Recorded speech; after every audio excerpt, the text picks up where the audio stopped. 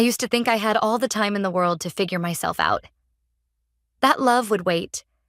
That real, deep love, the kind that wraps itself around your bones and makes you feel safe, seen, understood, would somehow stay rooted even if I kept pulling away. I was wrong. This is the story of how I lost the best man I ever knew. Not in one massive blow-up or a dramatic fight, but slowly, agonizingly, by pushing him away one excuse at a time, until he gave up trying to hold on.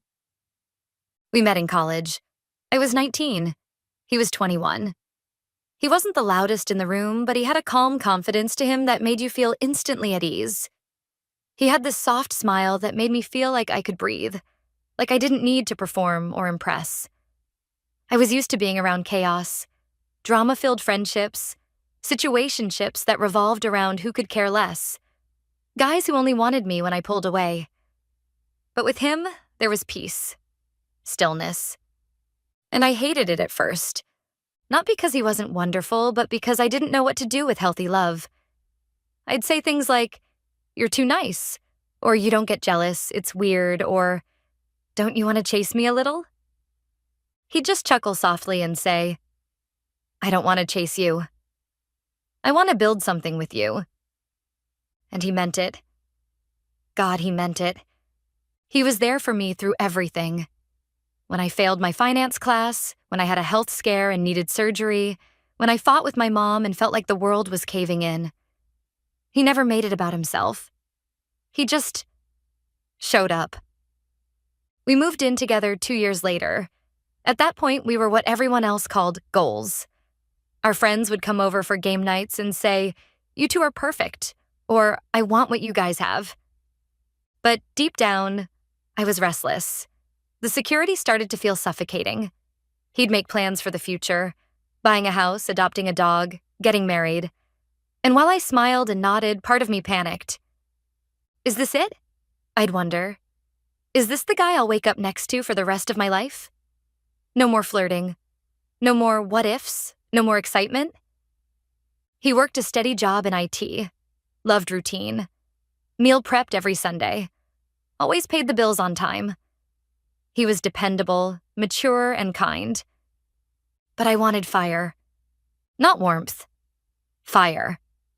So I started pulling away. First, it was little things. Being too tired to cuddle at night, rolling my eyes when he talked about house prices, staying out late with coworkers and forgetting to text back.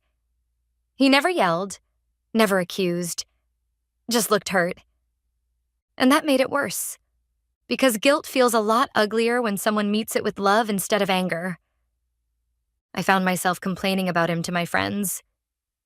He's just too much sometimes. He doesn't challenge me. He's obsessed with me. I feel smothered.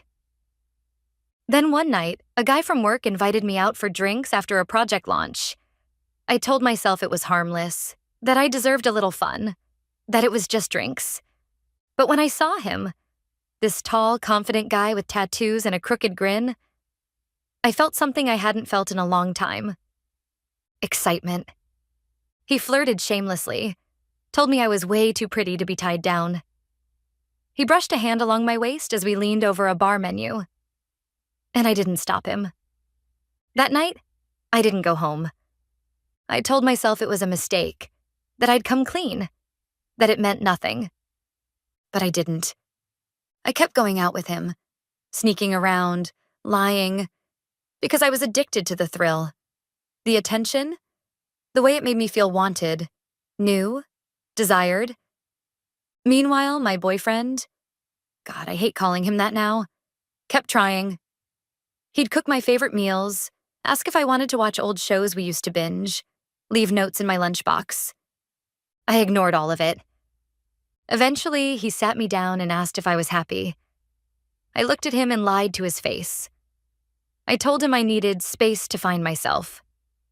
He didn't cry, didn't beg, just nodded with this heartbreaking calm and said, "If that's what you need, I'll let you go."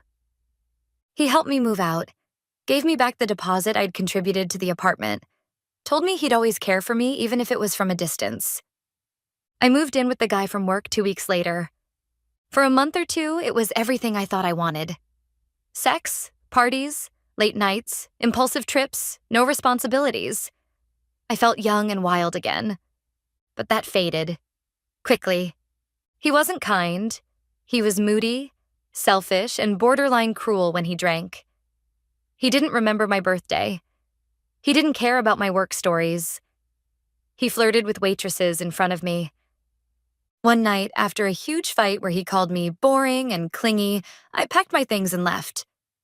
Just like that, it was over.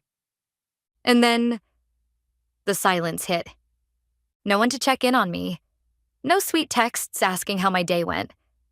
No warm arms waiting in bed. Just cold, echoing loneliness. I wanted to call him my ex, the man I never should have let go. But when I looked him up, he wasn't the same. He'd changed.